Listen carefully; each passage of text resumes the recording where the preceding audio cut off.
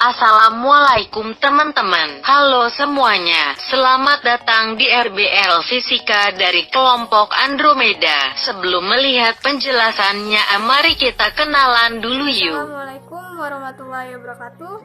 Perkenalkan, nama saya Elit Oktania, NIM 1191-2001, Prodi Teknik Geofisika dari kelompok Andromeda. Nama saya Joyce Florence Erna Rensidayana Huta Barat dari Prodi Teknik Industri, NIM 119190015 TPB 17. Nama saya Mauza Musmilah, NIM 119410014 dari Prodi Sains Aktuaria.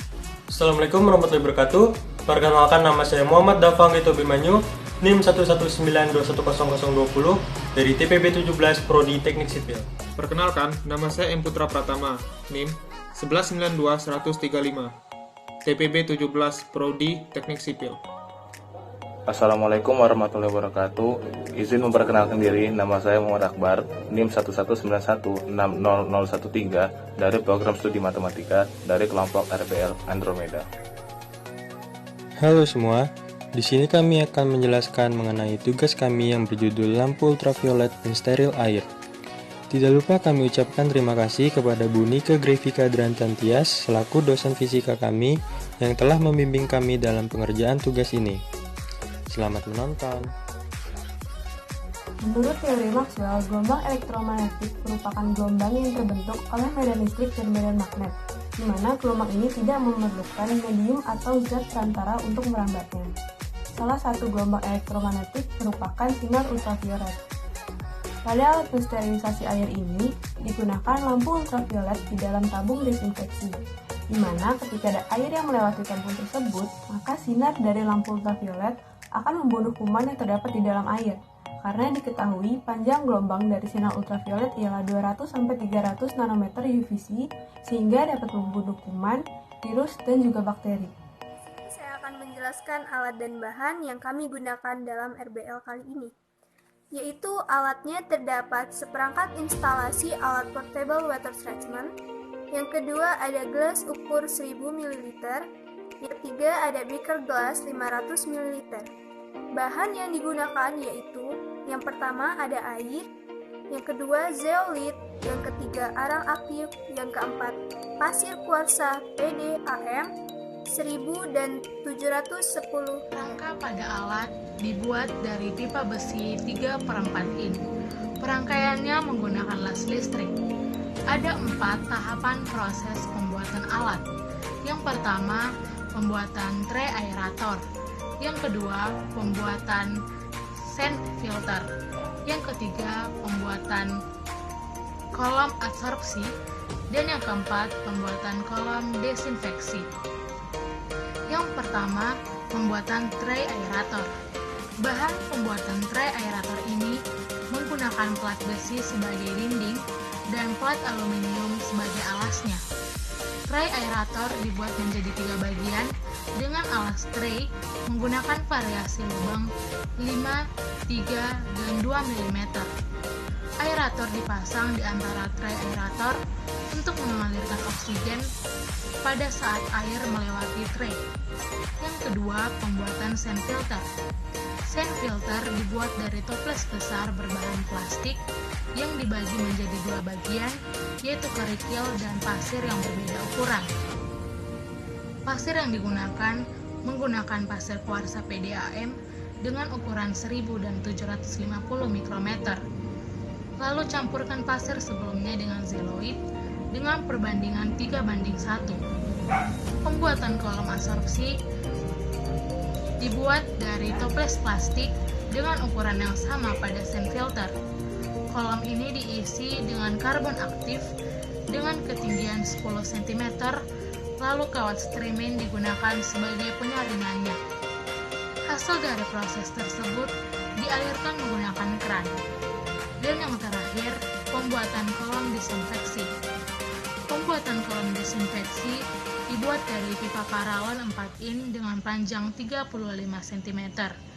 Di dalam pipa tersebut dirangkai alat lampu UV 8 watt dan 15 watt sebanyak 2 buah dan lampu neon 3/4 in. Lampu neon dibersihkan terlebih dahulu agar panas dan penyinaran dari lampu UV diterima dengan sempurna. Air dari kolam absorpsi akan masuk ke dalam kolam desinfeksi dan didiamkan dalam suatu wadah selama sekian menit. Ya, di sini saya akan menjelaskan mengenai cara kerja alat portable water treatment. Cara kerja alat ini dengan mengalirkan air menuju tray aerasi melalui pancuran yang berasal dari keran air. Dalam proses ini terjadi reaksi antara oksigen dan kation-kation atau Fe2+ dan mangan atau Mn2+, yang akan membentuk senyawa oksida 4 FeOH3 ditambah 8H+ dan 2 MnO2 ditambah 4H+. Reaksi pada saat proses aerasi tersebut seperti ini.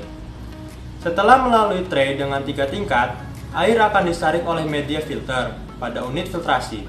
Di sini akan terjadi proses filtrasi dan absorpsi, di mana akan terjadi penyerapan kandungan bahan organik, bau, rasa, dan padatan terlarut dari air. Selanjutnya, air akan dialirkan menuju tabung desinfeksi dengan melalui penyinaran atau pemanasan sinar UV. Kemudian, keluar melalui keran. Air pun siap digunakan. Proses disinfeksi pada pengolahan air minum dapat menggunakan sinar ultraviolet pada sistem ultraviolet sterilisasi air. Gelombang elektromagnetik dengan panjang gelombang 200-300 nanometer disebut UVC dapat membunuh bakteri, spora, dan virus. Panjang gelombang UV yang paling efektif dalam membunuh bakteri adalah 265 Nm. Oke, jadi peralatan dari ultraviolet sterilisasi air terdiri dari alat pertama yaitu sebuah adaptor yang berguna untuk memberikan daya listrik sesuai dengan tegangan arus yang dibutuhkan oleh lampu UV di dalam tabung. Alat kedua adalah tabung UV yang berguna untuk mendapatkan lampu ultraviolet. Pada bagian inilah air minum dialirkan masuk ke dalam ruangan steril yang berisi sinar ultraviolet. Alat ketiga adalah quartz sleeve atau selongsong kaca UV yang berfungsi untuk melindungi lampu UV kontak langsung dengan air yang bisa menyebabkan hubungan arus pendek atau korsleting. Alat keempat adalah bohlam lampu UV yang memancarkan radiasi sinar UV yang berfungsi untuk membunuh kuman. Mekanisme kerja alat sinar UV pada ultraviolet sterilisasi air setelah filter air adalah melepaskan foton yang akan diserap oleh DNA mikroorganisme yang menyebabkan kerusakan DNA, sehingga proses replikasi DNA akan terhambat. Pada keadaan ini, mikroorganisme akan mati secara perlahan karena tidak dapat mengatur metabolisme sel dan tidak dapat berkembang biak. DNA yang tersusun dari rantai dasar nitrogen berupa purin dan pirimidin, di mana purin terdiri dari adenin dan guanin, sedangkan pirimidin terdiri dari timin dan sitosin. Dalam proses penyerapan foton oleh DNA, energi yang dimiliki oleh foton akan mengakibatkan terputusnya rantai hidrogen yang menghubungkan antara timin dan sitosin, yang mengakibatkan kerusakan DNA. Dosis ultraviolet yang diberikan dapat dihitung dengan perkalian antara intensitas foton yang diberikan dengan lamanya waktu pemaparan yang diberikan.